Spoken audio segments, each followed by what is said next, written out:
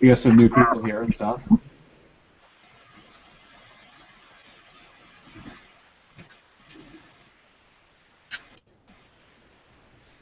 Okay, welcome everybody to Society of Biblical Scholarship, or as we like to call it, the SOBs. Last week we finished Parables of War, not Woy, by John W. Marshall, and this week we started on the Bible Unearthed by Israel Finkelstein and Neil Asher Silberman. The basic topic of this book is arguing that the compilation and possibly a lot of the writing for the Hebrew Bible took place roughly in the 7th century, mainly the Pentateuch. Is that right, guys? And some of the historical writings. I'm sorry, some of the prophets like Joshua. Anyway, 7th century basically, and we covered the introduction, chapter 1, which mainly dealt with the historicity of the patriarchal period in Genesis, and then also chapter 2, which dealt with the historicity of the Exodus, in the book of Exodus, the Exodus from Egypt. And basically the focus of the book is going over the archaeological evidence, especially over the last century, in regards to, and comparing it with what we have in the biblical text, essentially. So, what do you guys think of the reading? Or did you want me to introduce the new people we have here? Just introduce everybody just really quick. Okay. 10 seconds. I'm Wayne Van Werthuysen. I've been I'm Doug. listening to Robert M. Price's stuff for a few years. I missed some of his podcasts, but I've loved his show and his books. And I'm just kind of an amateur who's kind of just dabbled in the subject. Cool. Hi, I'm John. My turn-ons are Syriac, and my turn-offs are shallow men. Do you like long walks on the beach? Only if there's only one set of footprints. Dale, you want to introduce yourself? Frank, you don't have a mic yet, right? You can type it if you want, and we can read it. If you guys don't have to, if you don't want to. Sure. My name is Dale Thomasoff. First time visiting here. Some of you know me as Dale from Gordon Conwell on the Bible Geek show. Cool. Welcome. Glad to have you. Glad to have all you guys. So, did you guys want to? Jim, do you have a mic? Yeah, can you hear me all right? Yep, perfectly. All right, great. Yeah, just a regular Bible Geek listener and occasional questioner. Cool. Well, welcome. Good to have you. Good to have all you guys. Frank says he's a Christian, but I like real history more than apologetics. Okay, Frank, welcome to you too. And Frank should, he said, will probably have a mic at least, and possibly also a webcam by next Sunday. So, looking forward to that. Anyway, what did you guys? For those of you that did the reading, did all of you guys do it, or did some of you who are brand new here maybe didn't do it? I'm not sure. I had 2 weeks to do the reading. Did it this morning.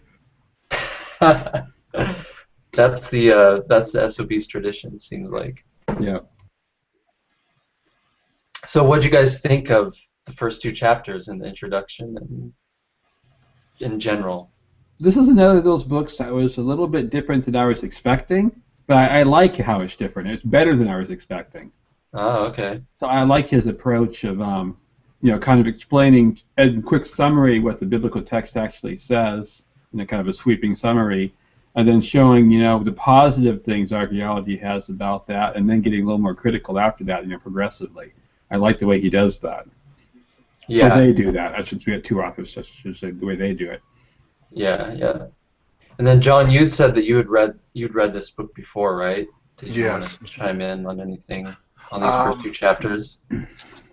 Yeah, after rereading it, you always get more stuff next time you read something, as you probably already have found out yourself on other things. But one thing that struck me this time around is just how much we actually do know about that period of time.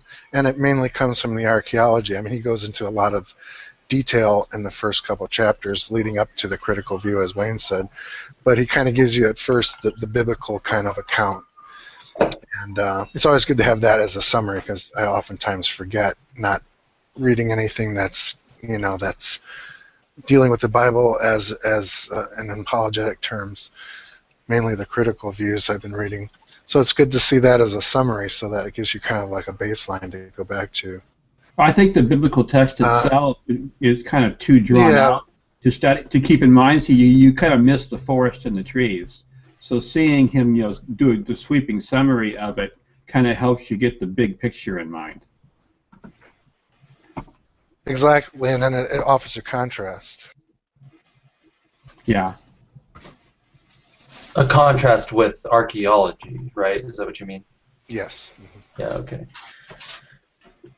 So what did you guys think about the placing of the, I guess, partly composition, partly compilation of at least the Pentateuch in 7th century? You think you put it under King Josiah, is that right? In the early... Yes. Yeah. I need to read more alternative views and stuff. I've been meaning to read Thomas Thompson for a long time and haven't gotten far enough through Thomas Thompson's books.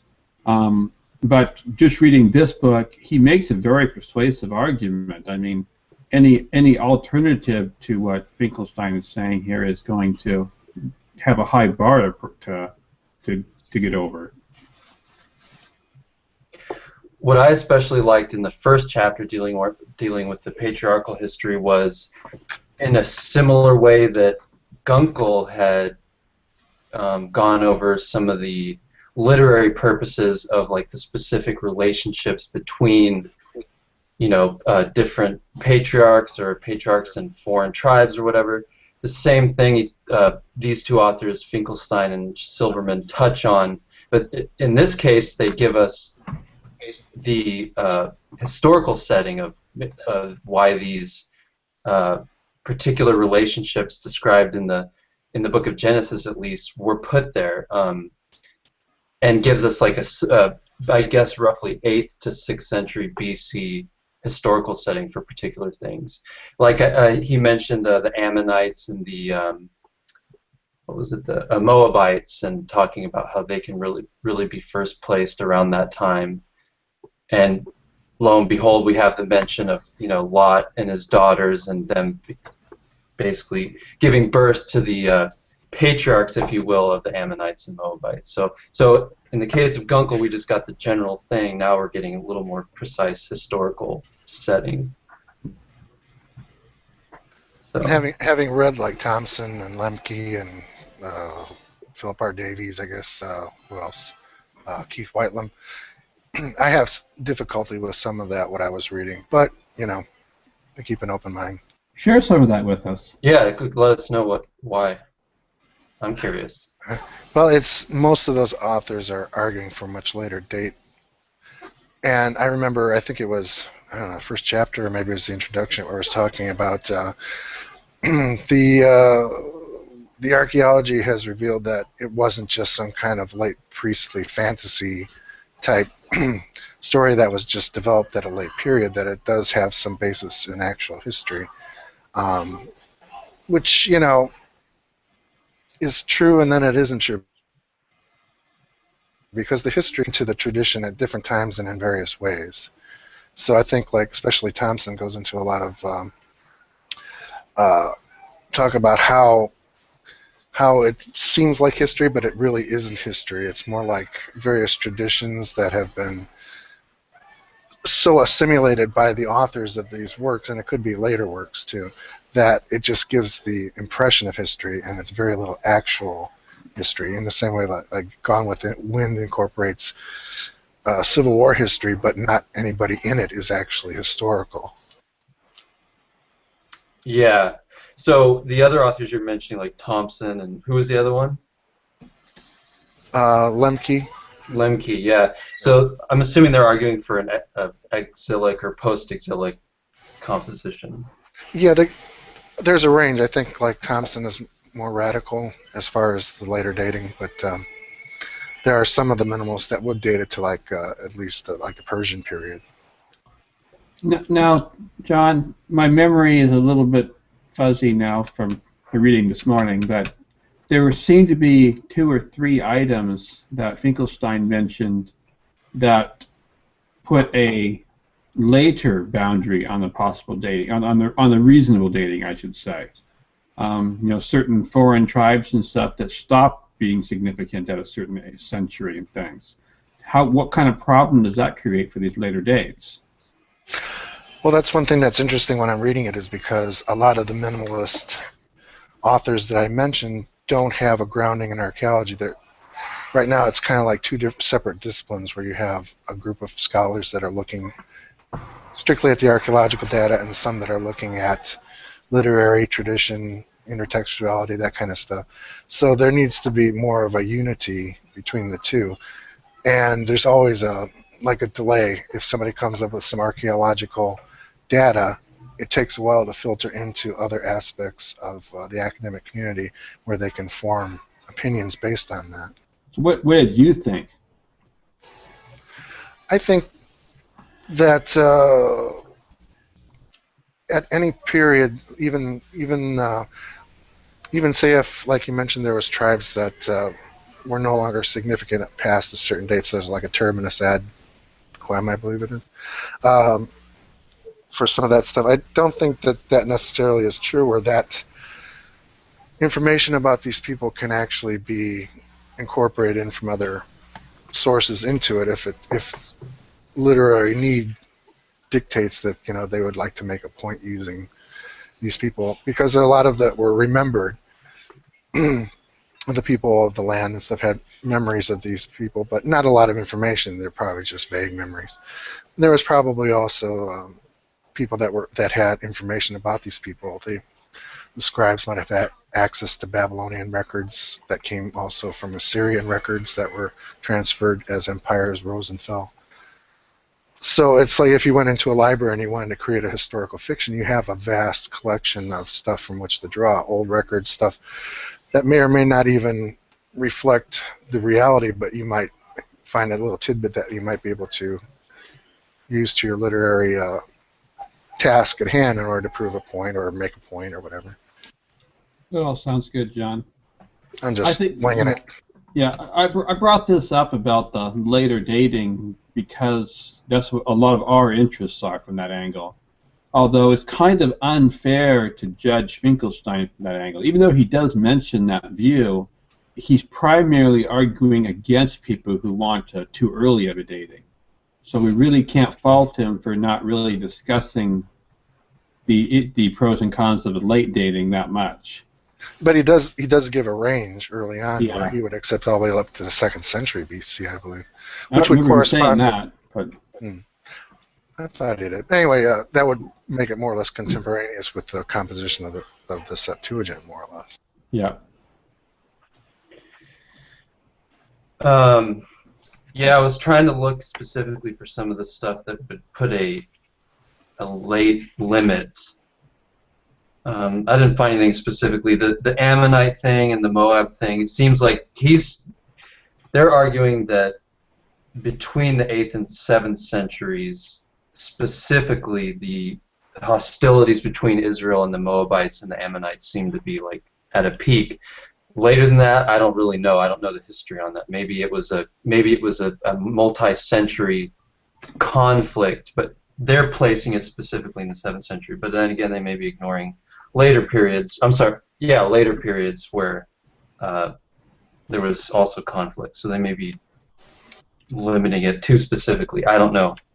And then also the Jacob-Esau thing, reflecting the relationship between Israel and Edom, putting in the 7th century specifically. So that's just some of the stuff you were talking about, Wayne.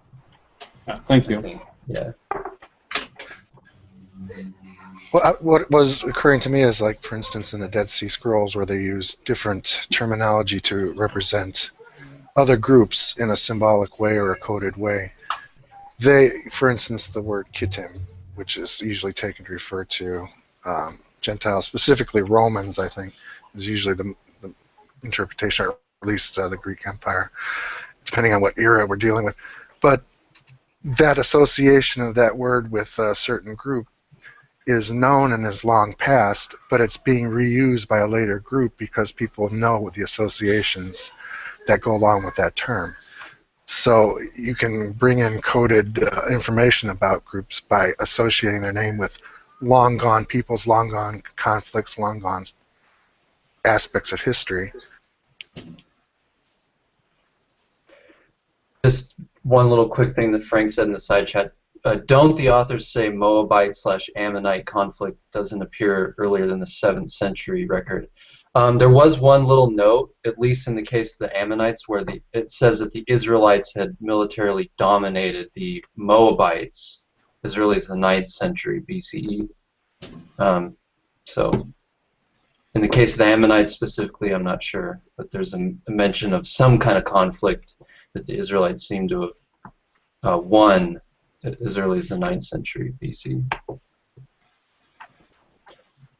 There is a point when he talks about how the account of the Israelites entering through their land and having to encounter kings in Edom and Moab, and he says that there were no kings at that point in time. So it couldn't have reflected an early, like the new kingdom of Egypt, like the 12th century. Anyway, anything from that point and earlier, it couldn't have happened with any kings in Moab and Edom. Is that the same thing he mentions in chapter 2, where he's talking about while the Israelites are wandering in the wilderness, at one point they I forget the exact place, but they run into like a problem with trying to enter into Canaan, and they're stopped by a particular king, and they were saying that it may be the same ones you're talking about. They're saying that, well, actually there weren't any kings at that time. So was that what you were mentioning? Yes, that's exactly what I had in mind. Okay, yeah, that was interesting too. Yeah, there are all kinds of discrepancies. That's one of the big topics of at least chapter 1, is the discrepancies that archaeology reveals in the biblical text. Like, for instance, supposedly in Jericho, there was no settlement with walls at the time, supposedly, that they were making their entrance into Canaan. Mm-hmm. Yeah, he went over a lot of things that I like the thing with the camels, that there doesn't appear to have been a regular use or even domestication, like widespread domestic use of camels as beasts of burden until, I forget where he put it, like 13th century BC, something like that. Whereas in the Genesis narratives, they're being described, used obviously much earlier than that. So yeah, they go through a bunch of anachronistic things. Similar things too that Gunkel had mentioned too. So. But I personally am intrigued. I'm curious. It seems like some of you guys may be a little more radical than me in terms of, I'm open to the idea that the Hyksos situation that he describes may be the bit of historical reality to the story of migration into Egypt and then being kicked out, as far as a general idea on which the Exodus story is built. Obviously, they're not slaves. The time period is completely different. There's no victory in this case for the Israelites. In fact, whether the Jews were involved or not it's a question, but Canaanites were involved, and it seems like the Israelites were Canaanites. So it seems like there is a historical root or a legend that's been passed on that the Exodus account is building on. That's what I'm thinking. Is that too radical is that too conservative for you guys? Maybe, but that's one thing that Finkelstein and I forget the co-author's name, Silberman mentioned at the end of the 2nd chapter. Yeah, that's what I was thinking while reading that whole thing was, the synthesis I was coming up with in my head was, okay, well maybe the story of the Exodus is, like you said, based loosely on the Hyksos Exodus, if you will. It would sound like it was like a rebellion, kind of, right? They had inhabited the delta, and eventually the Egyptians got a little too nervous about how big they were getting and basically booted them out. Was that the gist of it? That's the way I understand it. So they had ruled at least for 100 years, and then finally an Egyptian pharaoh, rose up that was strong enough to kick them out of the land, and that from that point on they were exceedingly suspicious of any foreigners, and they set up these forts in the Sinai to make sure that basically protect against any type of major invasion. Like that was my understanding. Yeah. So I was thinking, well, during that chapter, like, well, basically along the same lines you were, that the Hyksos rebellion seems like a very plausible, or the Hyksos situation, whatever you want to call it, seems to me like a plausible, like, kernel of truth that the Exodus story grew out of. Now the stuff with the wilderness wandering and being slaves and all that stuff, yeah, that doesn't seem to be in the Hyksos thing, but makes you wonder why it's there and where it came from. But then again, in chapter 2, at the end of the last part of chapter 2, they go over a lot of the specifically, again, 7th century, roughly, signifiers in the Exodus story, which I thought was interesting. So there seems to be like a meshing together of like 7th century concerns with possibly like a heavily mythologized recollection of the Hyksos situation. That's the way I was thinking, and although I was asking the same sort of questions as you were, Doug, as far as why would they give it the spin that they did, as far as portraying themselves as slaves instead of rulers in Egypt, although it does work out to a victory for them in the Exodus account, where God saves them out of a difficult situation and he's victorious and leaves Egypt in shambles, as opposed to they're basically running in defeat, according to the Egyptian history, you know. I got an answer to one of your, not an answer, a suggestion to one of your questions there. They probably don't want to portray them as really being rulers in Egypt, because as one thing that Finkelstein and Silberman point out repeatedly here, there's emphasis here on the rule of Judah, basically, and the importance of Judah. And you kind of want to downplay the importance of rule elsewhere in order to boost your Judah up. Yeah, that was one of the other main themes that was kind of winding its way through all the reading, was that in their view, the compilation or composition, whatever mix you want to posit, you know, in the 7th century, which is seems to be their theory, was that Israel, the northern kingdom of Israel, had been conquered by the Assyrians already. A lot of them had fled south to the kingdom of Judah, and this whole like coming together of the two populations, and also the I guess rise of the monarchy, or of a monarchical unified system in Judah, kind of precipitated a unifying tendency in the history of Israel. So like they went over this stuff, you guys probably remember it, where talking about, even in the patriarchal history in Genesis, it talks about how Abraham set up shrines at Bethel and I think Hebron or Shechem, Shechem and Bethel, saying that, yeah, they're acknowledging, even though this is all happening, this history kind of is getting hammered out, this unified history is getting hammered out in Judah, with a concern for Judah being the main place, Jerusalem specifically. They're giving kind of credence to the fact that the Israelites were an important part of it, you know, saying that they set up shrines at Bethel and Shechem and a few other details too. But yeah, I agree. I think that tendency is there.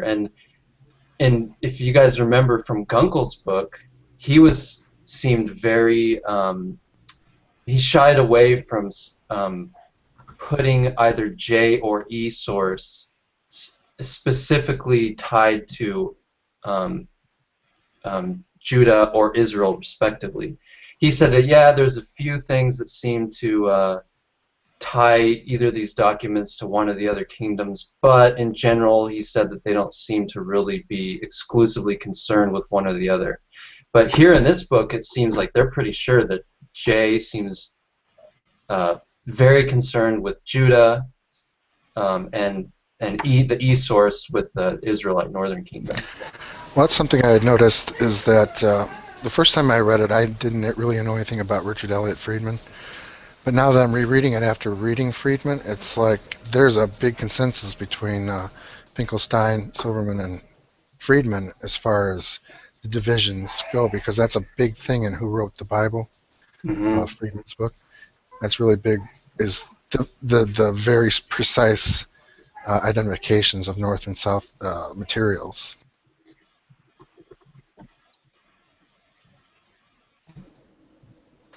And you mention him.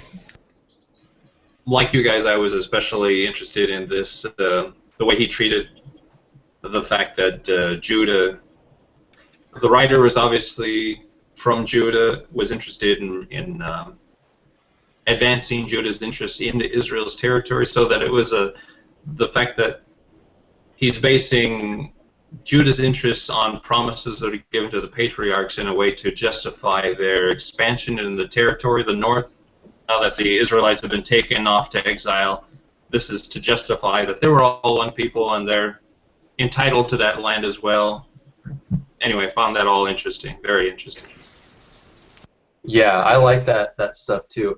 Do you guys agree with their arguments that these things like seem to be in the text, or do you see that, well, maybe not? Like, where do you guys fall on how much you agree with the likelihood of these tendencies in the text being the way they're described in this book?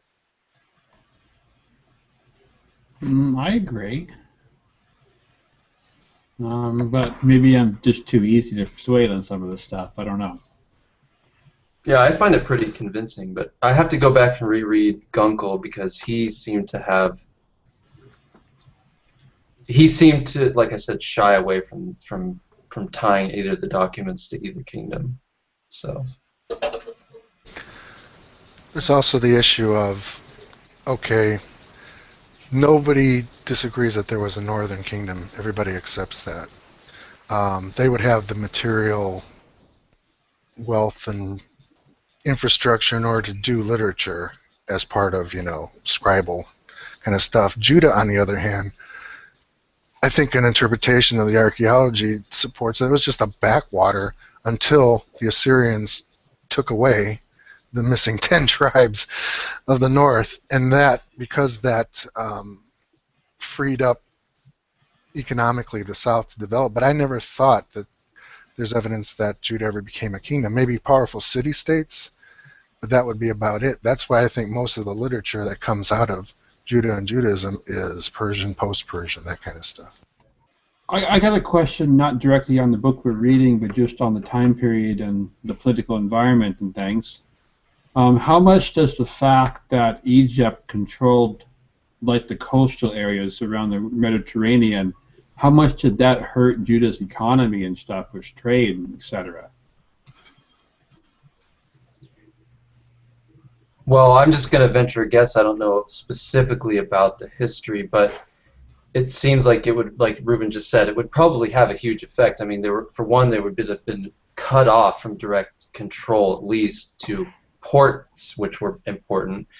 And the other thing is, because they were in between two giant kingdoms, the Babylonians or Assyrians or Mesopotamians, and Egypt, they seemed like they were probably just getting run over economically. I mean, they kind of just were in between these two big economic powerhouses.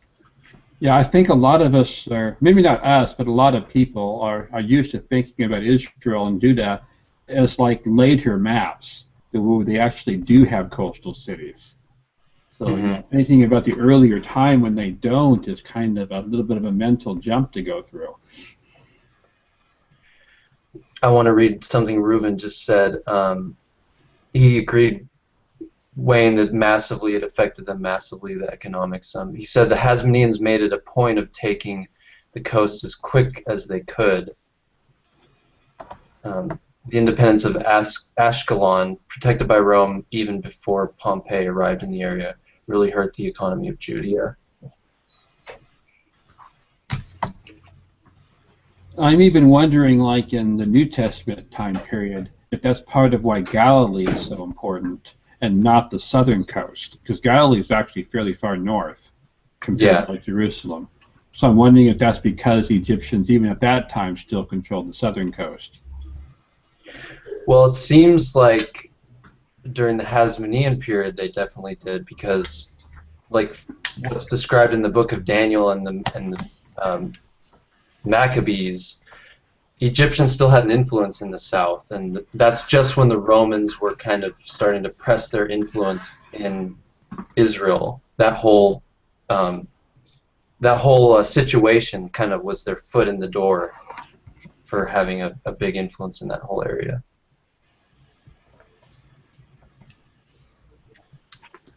Thank you. I think you satisfactorily answered my question.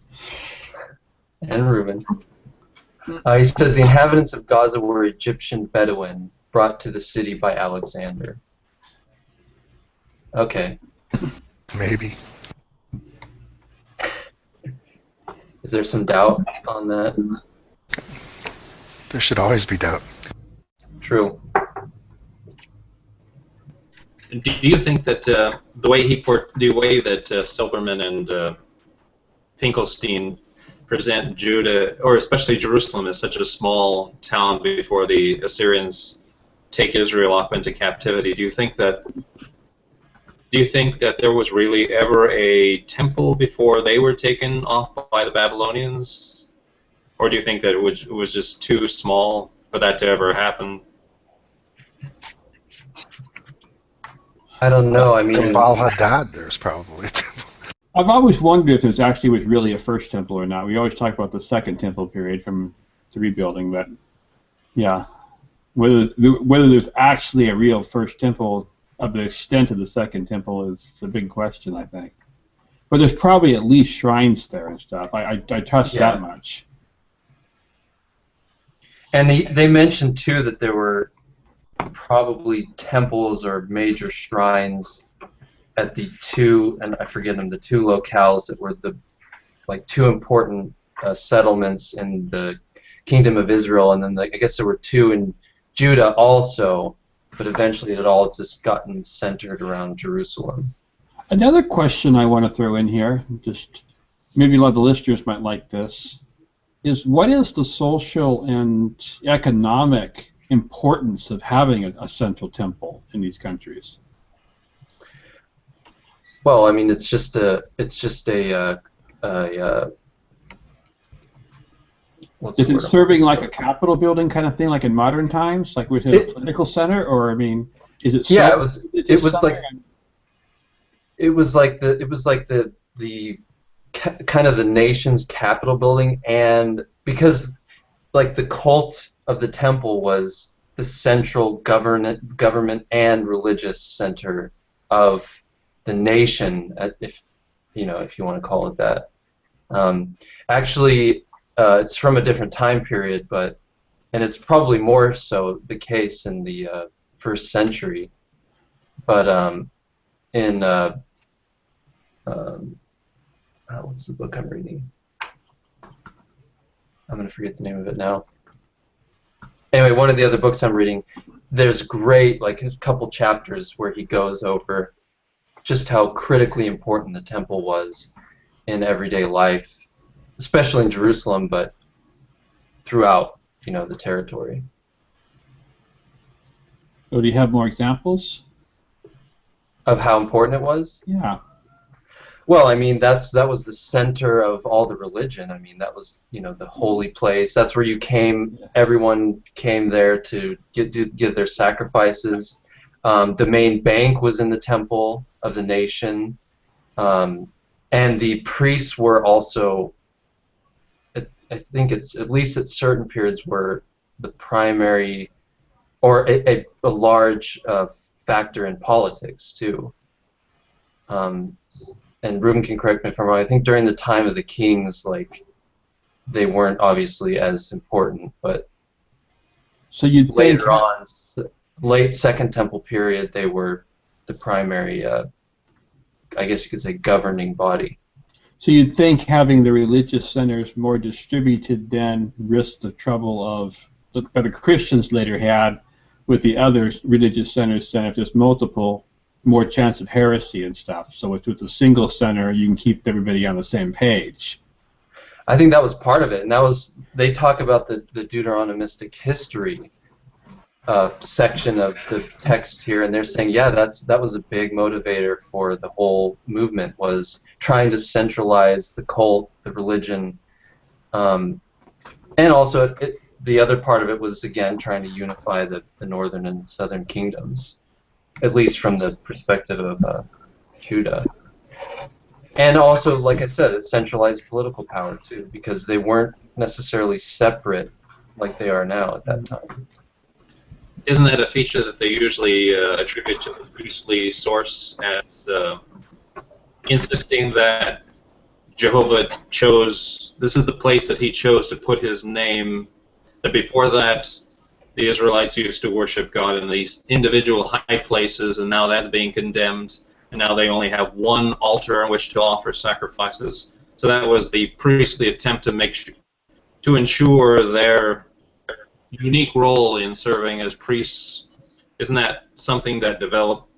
My understanding was that was something that developed during the exile, so when then they come back from the exile, now they would have to have one temple in Jerusalem, but before that, I question whether there really was one. What do you think about that? Yeah, don't a lot of scholars date the priestly source, or at least the final, I guess, redaction of it, if you will, to exilic or post-exilic period? That was my understanding, yeah. Yeah, I don't have a problem with that. I think that's most likely. But just contrasting what we're saying about what in the centrality of it for religious purposes, for military purposes, is often beneficial to have a lot of reach. I mean, to have forts a lot of places. And in fact, Finkelstein and Silberman mentioned that regarding the Exodus in chapter 2, that there's issues with how the Israelites would have supposedly gotten past all the Egyptian forts in their escape stuff. Right. But I mean, like, religiously, I mean, like, there's a whole contrast here between how the Jews are handling their religion and how later Christians did. I mean, later Christians weren't centralized. I mean, they tried to spread themselves out to different churches and stuff, and not do what the Jews were doing, with having just a central temple. So it's like two different strategies there. And it's just kind of interesting to contrast them, I think.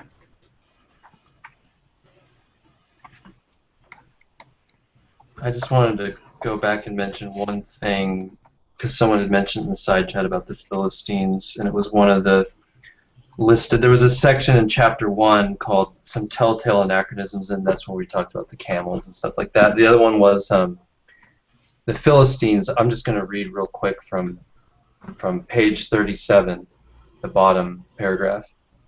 Then there's the issue of the Philistines. We hear of them in connection with Isaac's encounter with, quote, Abimelech, king of the Philistines, at the city of Gerar.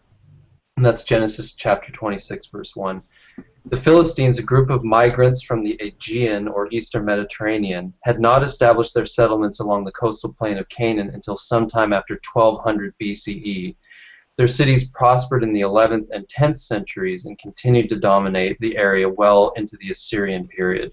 The mention of Gerar as a Philistine city in the narratives of Isaac, and the mention of the city without the Philistine attribution in the stories of Abraham. So Gerar is mentioned in the Abraham story, Genesis chapter 20, verse 1, suggests that it had a special importance, or at least was widely known at the time of the composition of the patriarchal narratives.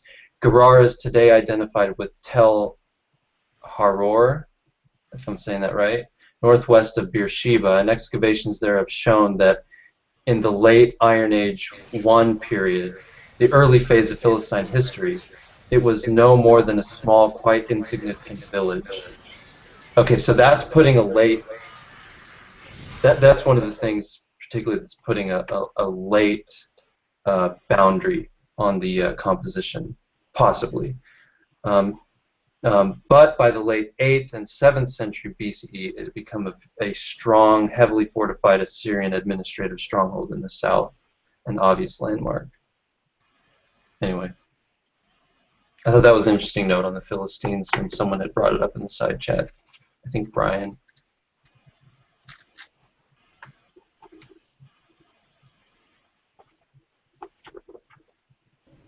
By the way, Reuben wrote, I think it was him.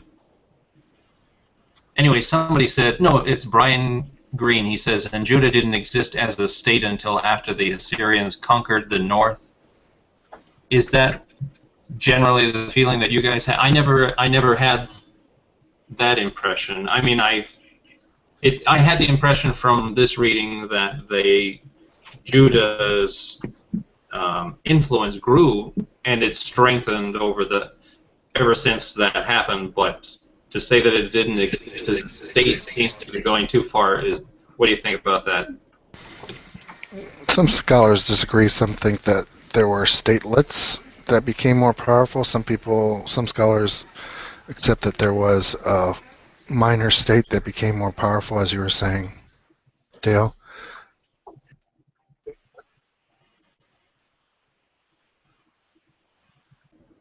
Because it makes me wonder then, would they discount all of the accounts in the Kings and the Chronicle, or the Kings and Chronicle accounts? I'm at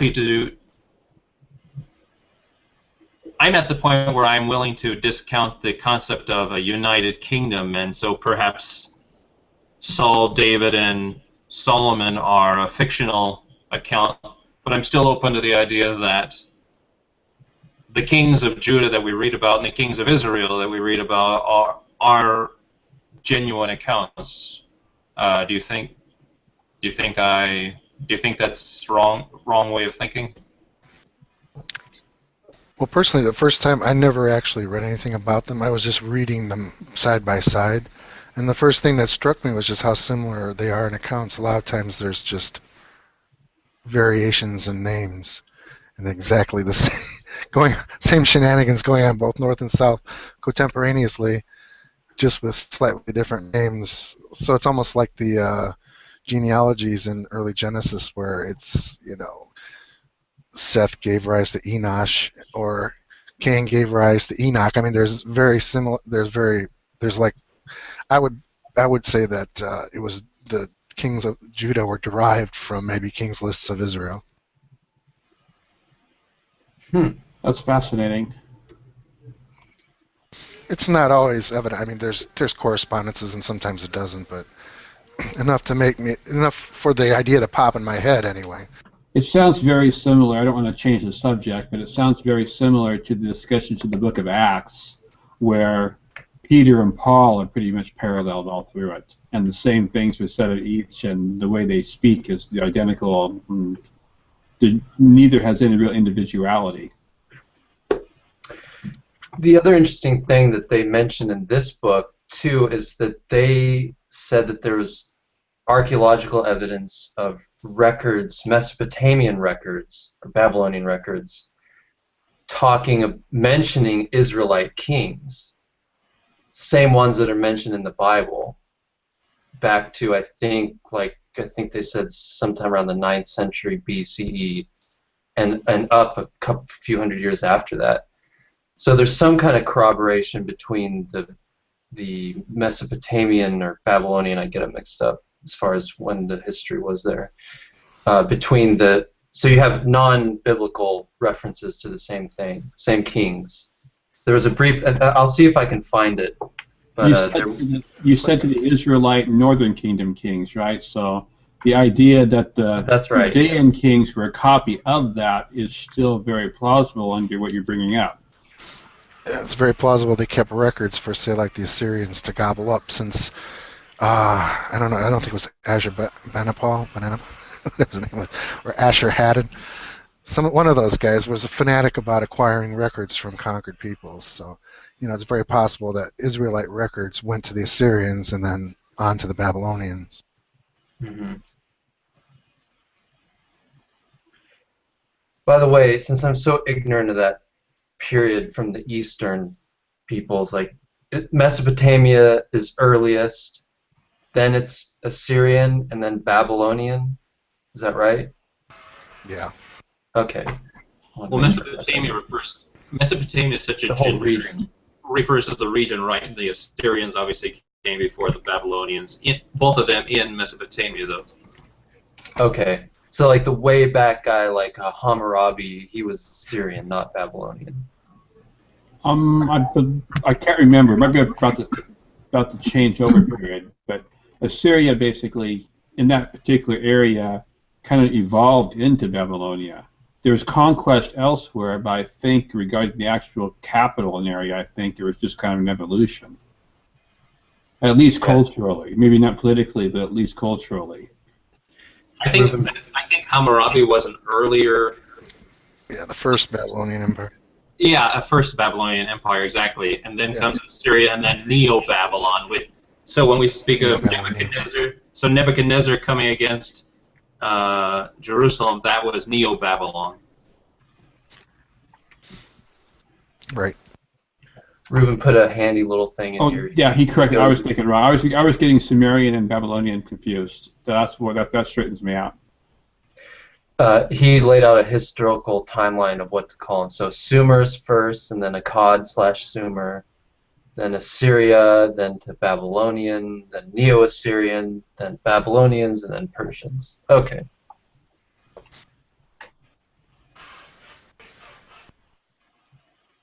Usually the Babylonians before Persians is referred to as the Neo-Babylonians. That's what Dale was mentioning. Okay. And since we're on that subject, how late was cuneiform still their writing system? I know Sumerian uses cuneiform. Mm-hmm. Is it just the Assyrians, or did the Babylonians also? I can't remember. I think they used it too. Okay. But I think even that kind of evolved along with everything else. Yeah.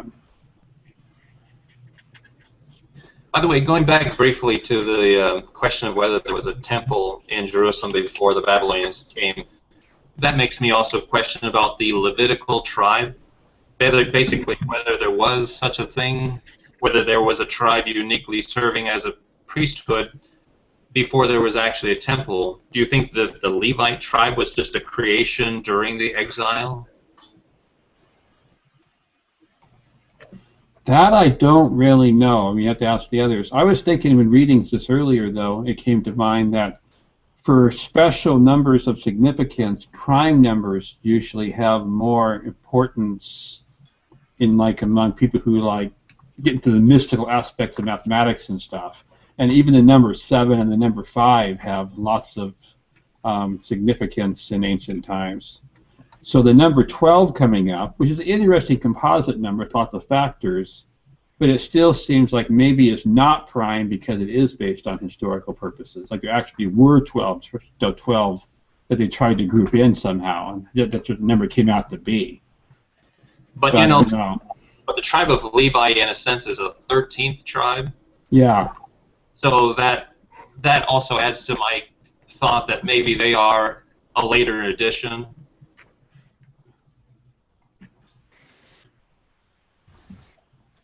Another way to look at it is that is through source criticism. That depending on the source you look at, Israel or what's his name, Judah? No, not Judah. Who am I talking about? The guy that was called Israel. What's his name? Jacob. Jacob. Yeah. Ugh, drawing a blank there. He had different amounts of sons depending on the source. When they brought the sources together, he had 12 sons.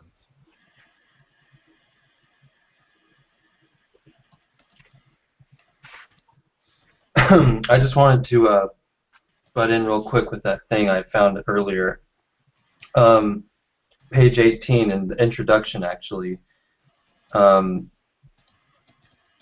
references to he's talking about discoveries in Mesopotamia. Thus, references to a number of important biblical kings were identified in Mesopotamian cuneiform archives, the Israelite kings Omri, Ahab, and Jehu, and the Judahite kings Hezekiah and Manasseh, among others. These outside references allowed scholars to see biblical history in a wider perspective, blah, blah, blah, blah, blah, blah, blah, blah. Also, this one's kind of important. Scattered inscriptions would also be found in areas closer to the land of Israel that offered even more specific links. A triumphal description by the Moabite king Mesha, discovered in the 19th century in Transjordan, mentioned Mesha's victory over the armies of Israel and provided an outside testimony to a war between Israel and Moab that was reported in 2 Kings chapter 3, verses 4 through 27. The single most significant inscription for historical validation was discovered in 1993 at the site of Tel Dan in northern Israel, apparently recording the victory of the Aramean king Hazael over the king of Israel and the king of, quote, house of David in the 9th century BCE. So that's the age of the Tel Dan inscription, I think, is what they're saying. Like the Moabite inscription, it provides an extra biblical anchor for the history of ancient Israel. I think the Tel Dan inscription, I forget the date of that. I'm going to look it up on Wiki really quick just to make sure that I don't know if the Tel Dan still is referring that that's the date of the event mentioned or if that's the actual date of the... Yeah, that is the date, so 9th century. Or 870 to 750 BC, that stela is dated. And when you look at the kings list that's in the book, this is the list of the kings and then the dates. Like it says that Omri is mentioned, and he was 884 to 873 BCE. Jehu, 842 to 814, etc. So when, because I'm confused on what you guys are talking about, are you guys saying that the Judah kings were just kind of copies of the Israelite, the Northern Kingdom kings? Is that what you were mentioning earlier? That was one thing we brought up, yes. Okay. But Dale's question was different. Okay, so like, I mean, are the historicity of like these kings like Omri under any doubt, considering we have mentions of them in the right time from other, even from other cultures? I think John is suggesting that the Israelite, there may be actually truth behind the Israelite kingdom and the king list, but the Judah king list may at least be partially a copy. There's stela that mention Omri that have been found. Of course, he was wiped out according to the stela. His seed is no more. Yeah, that's because what you said, I didn't understand the point earlier, and that clears it up, so thanks, Dale and John. I didn't understand what you were saying because I'm just thick like that. I probably didn't either. But all the kings that they had just mentioned in the Omri, Ahab, Jehu, they're all Israel kings, not Judah kings. So, except for, I take it back, Hezekiah and Manasseh are mentioned in cuneiform tablets. So I'm looking at the kings list. Though they're mentioned, Hezekiah was 727 to 698 BC. Manasseh 698 to 642 BC. So it is interesting that both of those, Hezekiah and Manasseh, were both after the Assyrians came, or actually, right. Isaiah is exactly when. Remember, because according to Isaiah, anyway, the Assyrians, after they come to attack the kingdom of Israel, they actually do try to come down to Judah. Sennacherib does, and then he prays, and then the angel comes and kills 185,000 of them, and then Sennacherib returns with his tail between his legs. So he is ruling at that very time, but we have no mention of any kings before that event in Judah. That is. What was the date of that? Sometime in the 7th century, right? Like early 7th century. I thought maybe it was at the 8th century, because I think they usually date the destruction of the Assyrians came. I thought it was 722. Oh yeah, I'm sorry. Yeah, that's what I meant. That's when the Assyrians destroyed or conquered the northern kingdom. Right? Yeah, okay. So I wonder if starting at Hezekiah, we're dealing with historical kings, maybe. I believe they are mentioned in the context of rolls of people that were exported to Babylon, so that would be 500s. You're talking about the mentions in the cuneiform tablets or in the Bible? Yeah, I think they were just names on a list. Okay. I could be mistaken about that, but that's what I thought I read. By the way, John, I'm curious to. I kind of want to tie what you're saying into something that I've heard Dr. Price say a few times. It seems to me he's suggested that, the Bible basically says that when the Assyrians took the Israelites into captivity, they then took people from elsewhere and brought them into the land of Israel, and he suggested that they basically told these people, here's your history, basically, even though it's a history they never had. And I'm wondering almost if the people of Judah were relocated people who then are told, I don't know, I guess I'm trying to relate it to something that he said. Does this ring a bell? Yeah, there's some question of whether the people that were returned to Judah were actually from there in the first place, that they were told that, that we're sending you back home. And basically, that was just the story that they accepted in order to become a ruling class. But when they got there, the people were hostile because they pretty much quickly realized that these people are not our kin and kith and kin. Wasn't that a practice of the Assyrians in general to repopulate areas with foreigners and tell them They that seem they to were have from invented there? it. Yeah, they seem to have invented it as a policy, but it was also practiced by Persia, supposedly. Interesting. And by the way, I was looking it up, and yeah, Persians also use cuneiform up to a certain point, but all those different empires kind of just took over the traditions of the previous peoples that they were replacing. So everybody was using cuneiform in some form quite late. Do you think it's possible that the people in Judah, I mean, we're talking theoretically as if there was no real substantial kingdom until the time of Hezekiah, and I'm wondering is it possible that the kingdom of Judah were really just a transplant kingdom, and that they invented their history based on the records of Israel? That's what I'm suggesting in my biblical nihilism position.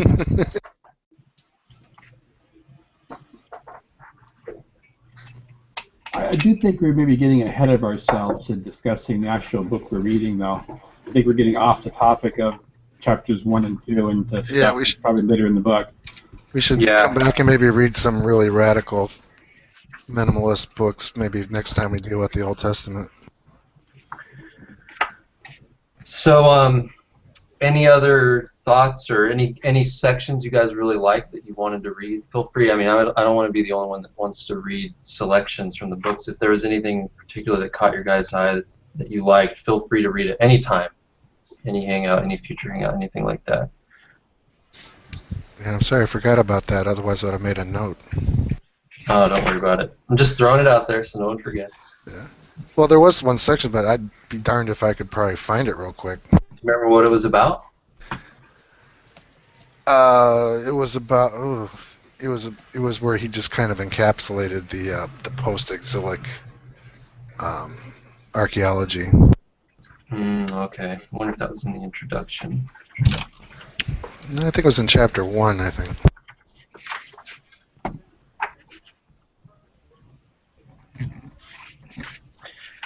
What did you guys think about the? I mean, we had talked about the possible connection between the Hyksos. What do you guys call that? The Hyksos rebellion, Hyksos situation? What would you refer to that as? Hyksos period? I don't know. It's usually referred to a period because there's just a lot of controversy about what actually was going on there. Yeah. Well, we had kind of mentioned that. Dale said that, and I kind of agree with him that seemed to have been or it is a plausible kind of historical kernel of truth in the Exodus story. That's, that something like that is described in Exodus, though obviously heavily mythologized. But what I liked was how they went through. I guess they had said that there were too many problems with the biblical account, putting it at that time period, and some other scholars had tried to put it because that was like 1576, something like that. Yeah, and they said, well, maybe it happened in like 13th century BCE, or sorry, 14th century BCE. Yeah, chronology is a real thorny subject and probably outside the scope of this discussion. Well, they talk about it in here. Like they said that some other people had tried to put it in that period because I forget specifically the reasons they mentioned, but they went over point by point saying that there's no evidence for this happening, for that, and then they also talked about just how implausible the whole wilderness wandering scenario is. Like, I think there was one spot where Exodus says that the Israelites had camped for like 38 of the 40 years, and there was not. Kadesh Barnea. Yeah, Kadesh Barnea. Yeah, and there was just not a shred of evidence of any encampment there from that time. And then again, they went into going along with their general proposition. They mentioned a lot of the details in the biblical account that seem to be relevant to the seventh. Or I'm sorry, does the same rule apply to BC as it applies to AD? Like, yes. First century is from 0 to 99. Yes. Okay. So 8th century BCE details seem to be concerns seem to be present in the Exodus narrative, in the same way that they're arguing for the patriarchal history in Genesis, and they went over a lot of things. I'm going to try and find one that I remember that I liked. Did you guys have any thoughts about what they argued, like the lack of evidence for that particular time period, and the references to the stuff from the 8th century? I think the identification of the Hyksos as some kind of Semitic peoples that came in and took over for a period, that's controversial because there are scholars who consider it an indigenous kind of movement that, took over northern Egypt, lower Egypt. So, I think mainly the identification of Hyksos with any kind of history as applied to Israelites is mainly a fantasy of Josephus, I think. But wasn't there some Egyptian inscription that they mentioned in here, though, talking about how, at least according to this Egyptian inscription, how the Hyksos were hailed from Canaan? I forget. Yeah, he said they've done excavations in the city of Avaris, I think it is, which was their capital city. Yeah. They've had discovered the names were Canaanite names of the rulers at the time. So I think I don't think that's a questionable. I don't think it's questioned that there were a Canaanite group that came to Egypt and ruled. It's only a question of were these Israelites or not. Mm-hmm. John, was there? What exactly did you mean by what was controversial? I wasn't aware of any inscriptions that gave any Canaanite province to the Hyksos rulers, so I'd have to look into that. But up until what you just said, my impression was that there was scholarly debate over whether the Hyksos were Semitic peoples that came into Egypt, that they could have been indigenous Egyptians that established an independent dynasty from Upper Egypt. I'm rereading this section again. It seems like I may be wrong about the inscription, but what I'm reading so far is Manetho, the Egyptian historian from 3rd century BC, talks about it says the early scholars accepted Manetho's report quite literally. He had identified them with the 5th dynasty of Egypt, kings of the 5th dynasty of Egypt who ruled from about 1670 to 1570 BCE. And the word itself just means rulers of foreign lands. And the Hyksos, which is a Greek form of an Egyptian word that Manetho translated as shepherd kings, but that actually means rulers of foreign lands. Okay. Let me see if subsequent studies show that inscriptions and seals bearing the names of Hyksos rulers were West Semitic, in other words, Canaanite. Recent archaeological excavations in the eastern Nile Delta have confirmed the conclusions and... Wait, I think this may be a typo. Recent archaeological excavations in the eastern Nile Delta have confirmed that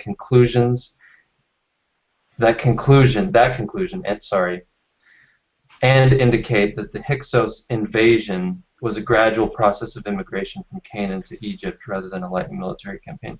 The most important, this is page 55 by the way, the most important dig has been undertaken by Manfred Bietak, I don't know, of the University of Vienna at Tel Ed Daba, a site in the eastern delta identified as Avaris, what you mentioned, Dale, the Hyksos capital. Excavations there show gradual increase of Canaanite influence, blah blah blah.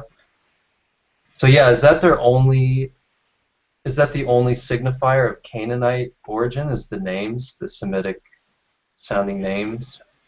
And the pottery, they said. Oh, okay, so the pottery bears a resemblance to Canaanite pottery. Isn't that where the Lost Ark was? Avarice. I don't remember. In the Raiders of the Lost Ark. Yeah. Yeah. So I got a question for you guys. I don't listen to the Christian apologists on this stuff all that often, but do you think the Bible Unearthed adequately addresses the maximalist arguments, or do you think there's maximalist arguments that have been passed over here? I mean, some of the maximalist arguments are pretty bad, like talking about the supposed remains of chariots found in the Dead Sea. I mean, is that what you're talking about? Yeah. But do you think there's any serious maximalist arguments that haven't been sufficiently addressed here? Or do you think they did a good job of addressing them all? I mean, you mean maximalist arguments that use like archaeology? Yeah. I'm not familiar with that many. I mean, a lot of it from what I've come across just seems to be, well, it says here this is history, so it's history, you know. But then you have like the early, like it mentions William F. Albright, the early, one of the early excavators of the Holy Land sites, is saying that he was basically using the Bible to interpret his archaeological finds rather than vice versa. Yes. One argument that I appreciated that he had against the maximalists is the fact that, because I could imagine some apologists saying, there's no way that archaeologists are going to be able to find the remnants of wandering tribes in the Sinai desert. But he said that groups of that size, especially, if we're talking about 600,000 men, which is probably in total about 2 million people, and especially if they spent, as you said, 38 years in Kadesh Barnea, we would actually see remnants, and there's nothing, absolutely no indication of that. So I think that kills that. Yeah, there are well-known trade routes that have been, that are visible on satellite imagery and studied archaeologically. There's plenty of evidence for that kind of movements of peoples, along definite routes. There's no, like you said, Dale, there's no evidence of millions of people making those journeys. Yeah. To be fair to the text, doesn't it just say 600,000? I thought millions. That's just like the men, though. It specifically says beside women and children. Okay. So if you're saying there's 600,000 men, yeah. So then your average population, you take your average composition, and you end up with really what a million people. Is doing, but okay. Yeah. Did they mention that in the? I don't remember reading that because the 2 million thing and how that. I mean, that's one of the other problems. I think I don't remember reading it in here, but there was the documentary for a while on YouTube talking about the documentary for this. I think it got taken down, talking about how just the idea of a couple million people leaving Egypt at that time, that would have been a huge chunk of that area of Egypt, of the total population of Egypt. Would have had devastating economic effects, and the fact that it's not mentioned at all is just too much of a problem. But I got to play devil's advocate here a little bit. Show you? The fact that I'm sorry, who else was talking?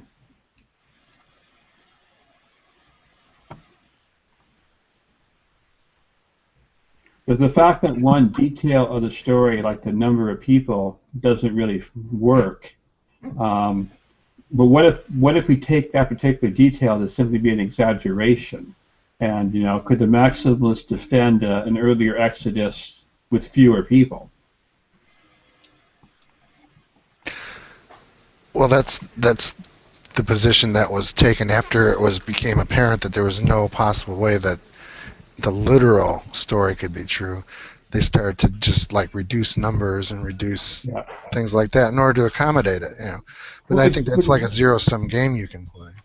Exaggeration does happen in text. I mean, the numbers we have in Chronicles versus what we find in Samuel and Kings, for different things, are heavily inflated. But there's a larger context too. It's the period that it's set in was the Levant was basically an extension of Egypt anyway, so you weren't leaving Egypt in any sense of the word. The plagues. If you take all that stuff into context, historically and otherwise, it's just none of it can be fit in anywhere.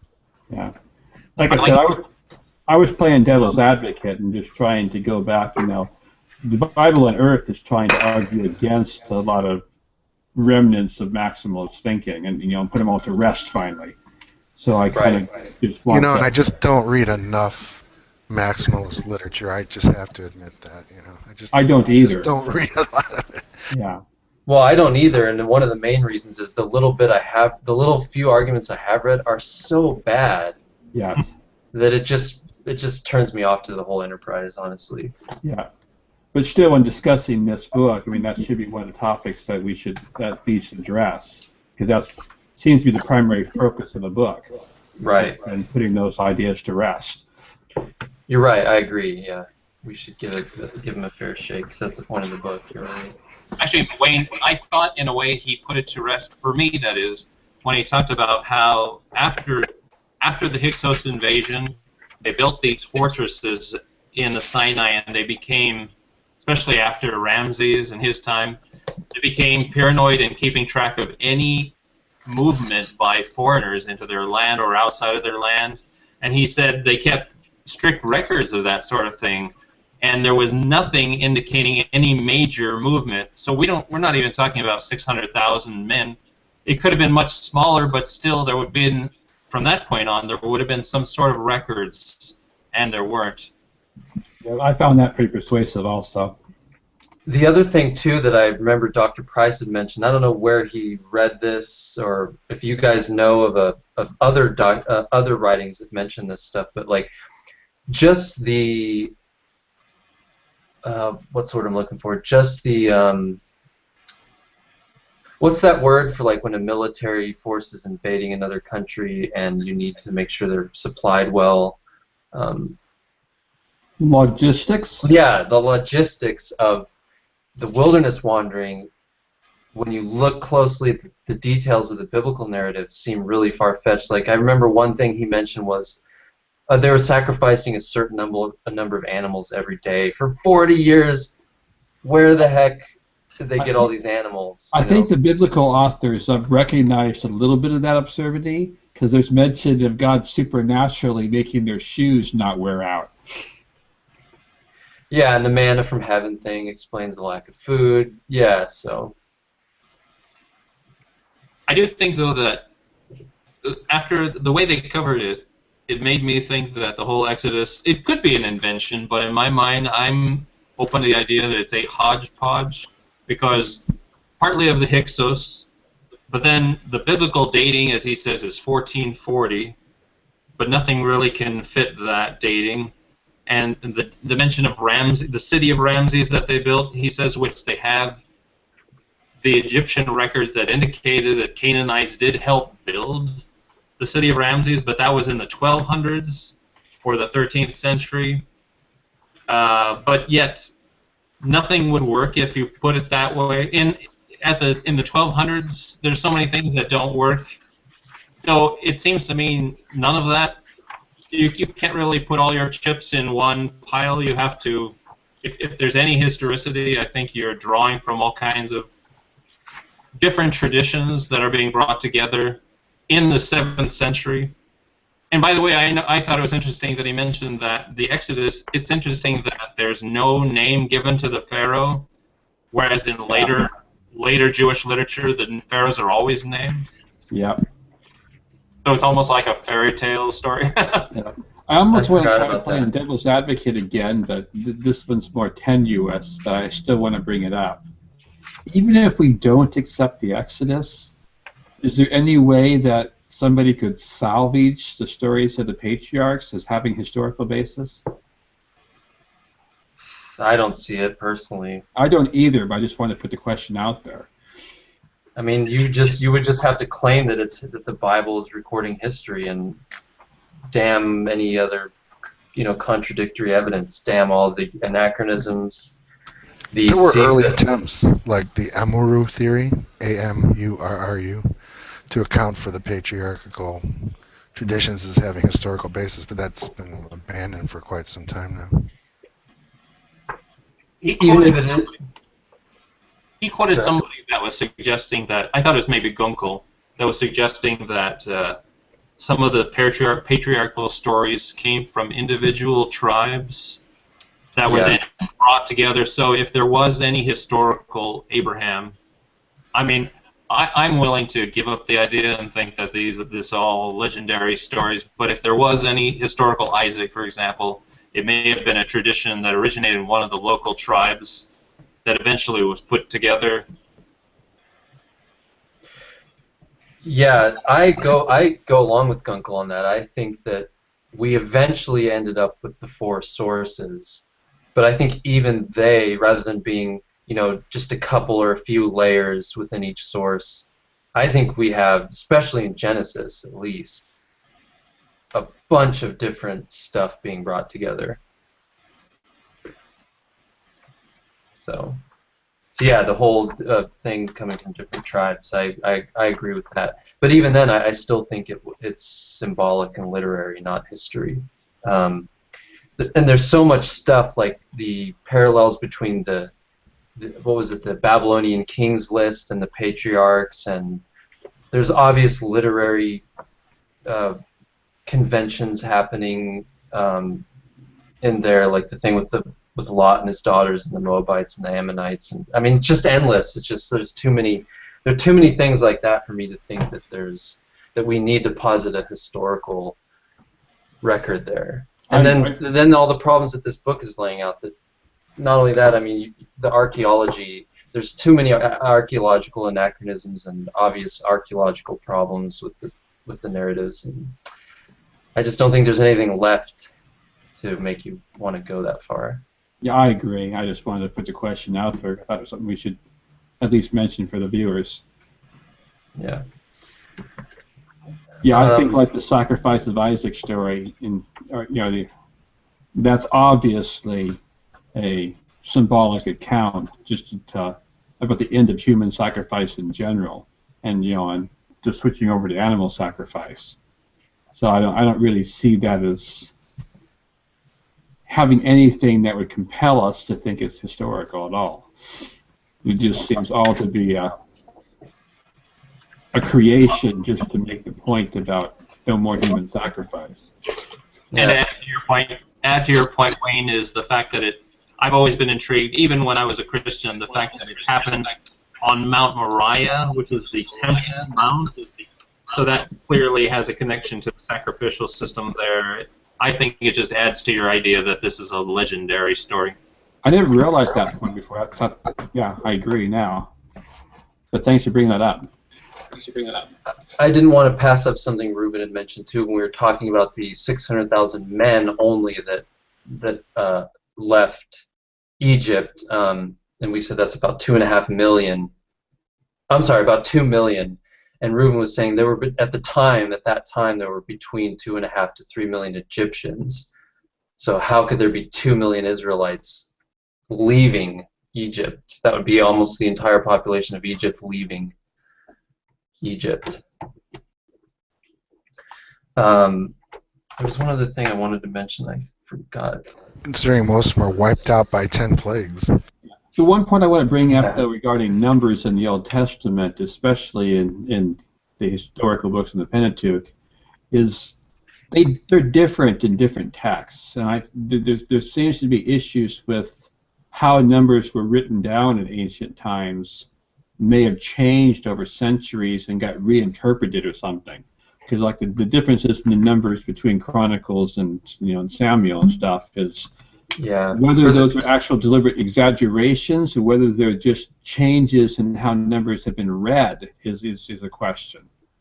I think there are exaggerations going on. Like you probably all heard it on the podcast before. Like in the Masoretic text, Goliath is said to be 9'6", something like that. But then we discovered the Dead Sea Scrolls, and he was said to be 6'3" or something like that. So it seems like there was a tendency for embellishment, exaggeration.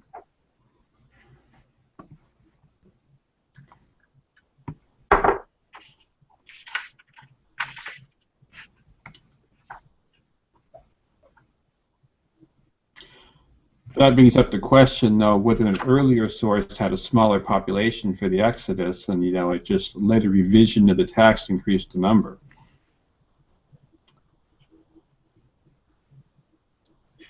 What kind of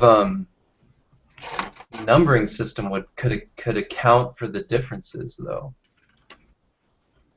For one thing, they did not use the Arabic numbers like we have, with decimal places and stuff. Right. So the symbology is different, but what I mean is, like, could you posit a single accounting system that could all at once account for the differences between the numbers there? That I do not know. Posit several different ones. That's a great question. That's one we should ask an expert about. I don't have any knowledge of those languages to be able to tell you that. Oh, Reuben, thanks, Reuben. He said in the Masoretic text versus the Dead Sea Scrolls, Goliath is an additional 2 cubits tall. Is that what you're referring to?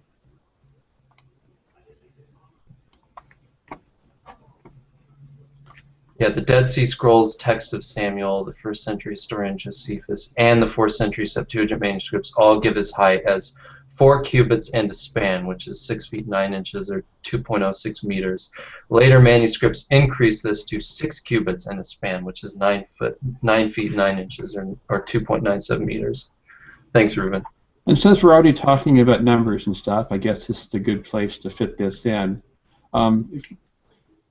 If we compare like the Babylonian Kings list to like the ages of the patriarchs in Genesis, the patriarchs are said to live like hundreds of years in a lot of cases, but with the limit being like 900 and something. The Babylonian versions have people living thousands of years, so I think the limit being like 20,000. Yeah, there's still some connection, though. I think they dropped an order of magnitude on each one of them, something like that. That could have been from a difference in numbering system also, we don't know. Or just trying to make the Israelite stories more credible. Maybe 20,000 years just wasn't credible for the story. But. Yeah.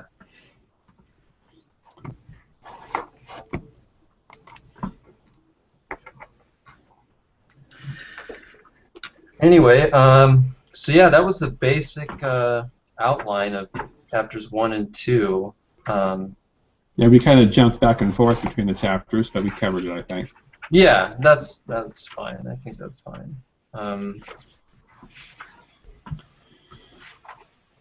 Anyway, So, did you guys have any specific things you wanted to bring up, or did you want to move on to final thoughts on the reading, or what do you guys think? I mentioned everything I wanted to mention about the text specifically.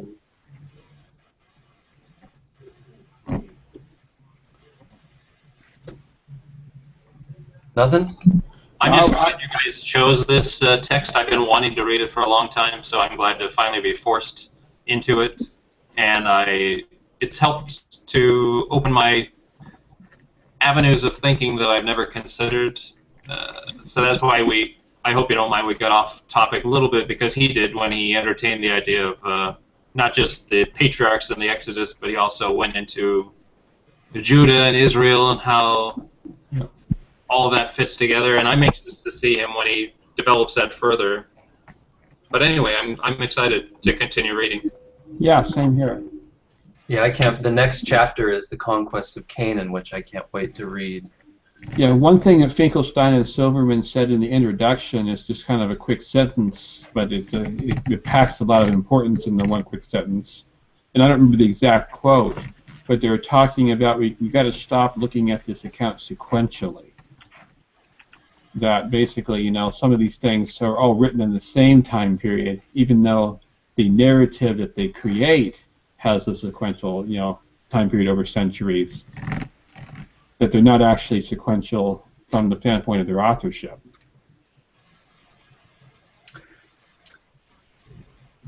Could you clarify that? I'm a little confused about what you mean. Well, I wish I could remember the exact quote from the, I think it's from the last part of the introduction, I think is where it was.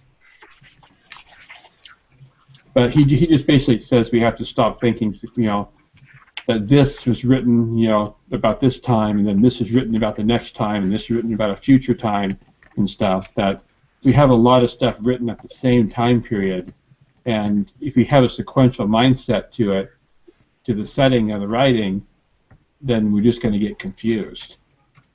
You know, oh, you mean in regards to the individual stories? Yeah. Text. Okay. I mean, like the stories of the patriarchs aren't necessarily written or told. You know, they're told before, not necessarily written before the Exodus, which is not necessarily written before the time of the kings and stuff. So. Right. I may be a little bit of a conservative in this respect, though. Like I'm not. I still haven't read enough to know exactly the position of like the maximal. What would you call them? Minimalists. Mm-hmm. Like, are there any scholars who posit that, like, everything was written after the exile or during the exile? Like, all the stories were basically made up, if you will? Yes, I believe there are, but I think John would be better on giving details. Okay. Yeah, so I need to read those arguments, so I'll just preface it by saying I'm not familiar with the specifics of those arguments. But having read Gunkel, I think he makes really powerful arguments that we're dealing in a lot of these cases with really primitive sounding stuff. Yeah. And I think that what I like about this book is they're not discounting that possibility. They're basically arguing for a compilation / composition, some parts, for 8th century BC, essentially. So. One of my problems was trying to read, which I didn't finish through, but trying to read some of Thompson's stuff, is I just didn't have enough foundation in the more traditional understandings. So reading this book first is actually much better for me.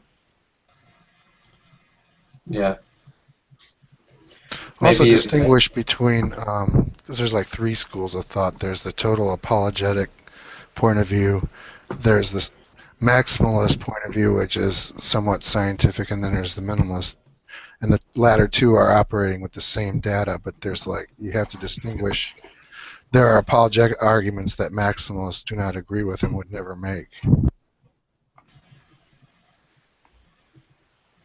Yeah. I'm also going to bow out early because I'm really tired. Last night, it's convoluted how this happened, but I ended up corresponding with Professor Steve Kaufman at the Hebrew Union College about the Comprehensive Aramaic Lexicon Project, and I ended up going through the Syriac Old Testament up through Joshua and sending him corrections to the text that they have online. Like, I know what the heck I'm talking about. But anyway, I'm just really good at what I do. I'm not like a Syriac scholar, but so they even already made changes to their text online. But I was up so late doing this that I just can't really go on much longer. Okay. Well, I was thinking we could kind of wrap it up anyway, unless anyone had any major points they wanted to touch on. Like I said, I kind of brought up all the stuff I really wanted to talk about in regards to... No, I'm good. Yeah. Okay. And we got more of the book to go, so if there's more to talk about, we have next week to do it, and the week after that to do it. Yeah, we're probably going to be in this book for at least 3 more Sundays, probably more. Yeah. Probably 4 more. Anyway, did anyone have any final wrap-up thoughts on the reading that they wanted to put out there before we take it off live? No, but Doug, do you know what you suggest us reading next time? Is it the next 2 chapters? We'll talk about that as soon as we go off live. Okay. Yeah. So everyone's good? Good. Okay, so thanks everybody for joining us this week. And if anyone's watching this and wants to join us, feel free. Again, the book we were discussing was The Bible Unearthed by Israel Finkelstein and Neil Asher Silberman. And next week we'll be reading more of it, although that will be decided after we go offline. So anyway, thanks everybody for watching, and thanks to all you guys who have joined us before, and new people. So it was really fun, so thank you. Have a good night.